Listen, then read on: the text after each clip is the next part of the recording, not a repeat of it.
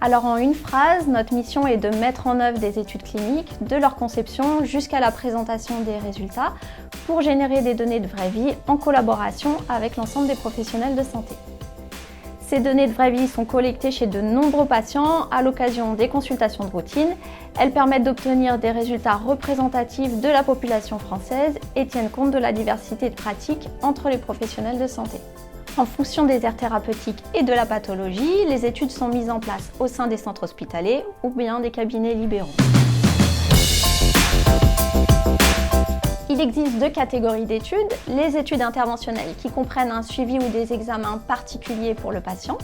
Elles sont conduites sur des populations restreintes de patients avec des critères de sélection très stricts pour valider l'efficacité et la tolérance d'un traitement en vue de sa mise sur le marché.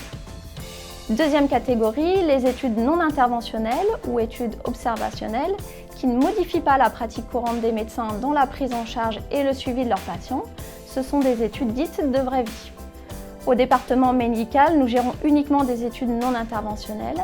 AbbVie est le promoteur de ces études qui peuvent dans certains cas être initiées à la demande des autorités de santé, comme par exemple la HAS. Parmi les études non interventionnelles, on distingue deux grandes catégories d'études. Les études dont l'objectif est de suivre l'efficacité et la tolérance d'un traitement en vie réelle après la mise sur le marché. Elles peuvent durer jusqu'à 10 ans, par exemple pour les maladies chroniques. La deuxième catégorie, les études sans traitement, qui vont nous permettre de mieux comprendre par exemple la perception que le patient a de sa maladie ou l'impact de celle-ci sur sa qualité de vie via des autoquestionnaires à compléter.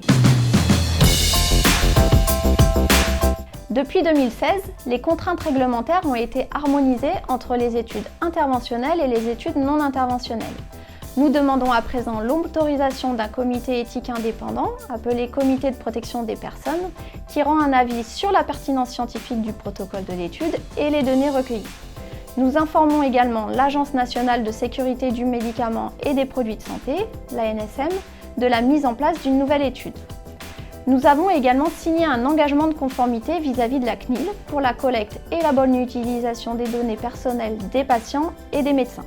Et pour chaque nouvelle étude, nous vérifions que nous sommes conformes à cet engagement. Enfin, nous soumettons également l'étude au Conseil national de l'Ordre des médecins afin de valider que les honoraires versés aux médecins pour leur participation à l'étude sont acceptables. Pour moi, le soigné est incarné par nos attachés de recherche clinique qui s'assurent d'un recueil de données de pharmacovigilance de qualité. Grâce à nos études, nous observons comment sont prises les molécules dans la vie quotidienne en dehors du milieu très contrôlé d'une étude interventionnelle. Cela permet de faire ressortir notamment les risques concernant les interactions avec d'autres médicaments et les cas de mésusage. Ces données de tolérance vont permettre, une fois remontées à la pharmacovigilance, d'optimiser les traitements et de mieux soigner les patients. Le prendre soin est plus lié à toutes les études réalisées en vie réelle qui vont permettre d'améliorer le quotidien des patients et leur qualité de vie et d'améliorer leur circuit de prise en charge.